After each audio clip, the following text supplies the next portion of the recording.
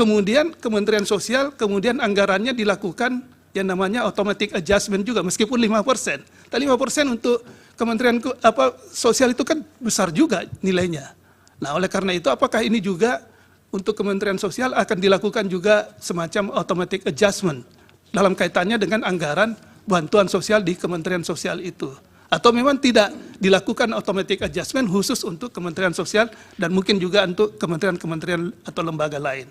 Mungkin itu butuh penjelasan sedikit menyangkut hal tersebut. Kemudian untuk Pak Menko Perekonomian, ya saya ingin sedikit tadi kaitannya dengan yang Pak Menko Perekonomian sampaikan menyangkut adanya pelaksanaan yang kaitannya dengan rapel 4 bulan. Ini juga menjadi isu juga yang perlu kita ketahui, dalami. Rapel 4 bulan ini untuk BLT BBM contohnya yang 150.000, itu pertimbangannya apa ya? Mungkin Pak Menko.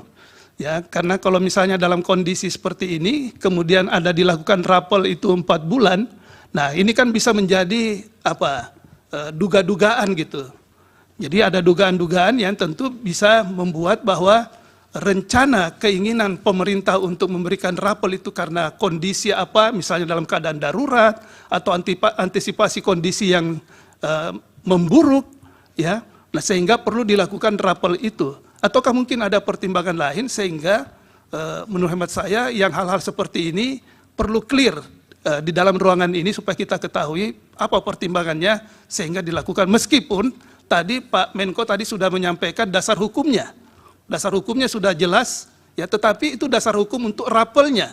Tapi kenapa harus 4 bulan? Kenapa tidak 2 bulan? Kenapa tidak 3 bulan? Dan momentum merapelnya itu, ya, juga mesti ada penjelasan. Kenapa misalnya rapelnya di bulan Januari, Februari, Maret, ya, dan seterusnya. Mungkin ini perlu kami ketahui supaya kita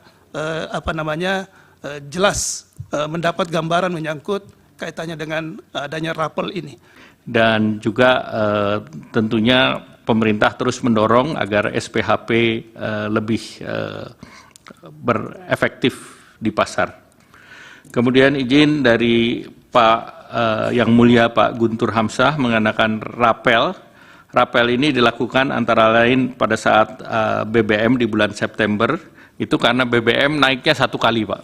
Jadi kalau kita tidak dirapel di depan, itu nanti masyarakatnya berat. Jadi kita kasih mereka di awal, walaupun realisasinya kita lakukan dalam 2 tahapan, yaitu Oktober cair bulan September dan November-Desember cair bulan November. Demikian pula untuk program lain yang ada di Ibu Menteri Sosial, PKH kan 3 bulan sekali, jadi salurannya 4 kali setahun. Kemudian kartu sembako juga 2 bulan, jadi 1 tahunnya 6 kali. Jadi rapel itu pertimbangan itu. Selain itu ada pertimbangan juga biaya, efisiensi biaya. Kalau 1 kali efisiensi biayanya kan sama kalau dia jumlah tertentu. Biaya distribusi di perbankan ataupun di pos. Kemudian izinkan saya menjawab Pak Ridwan Yang Mulia Pak Yusmik, Pak Daniel Yusmik, KPCPEN itu berdasarkan Perpres nomor 48 tahun 2023 itu sudah berakhir tanggal 4 Agustus 2023, Pak. Jadi ini berakhir jauh sebelum pemilu, Pak. Download Tribun X sekarang, menghadirkan lokal menjadi Indonesia.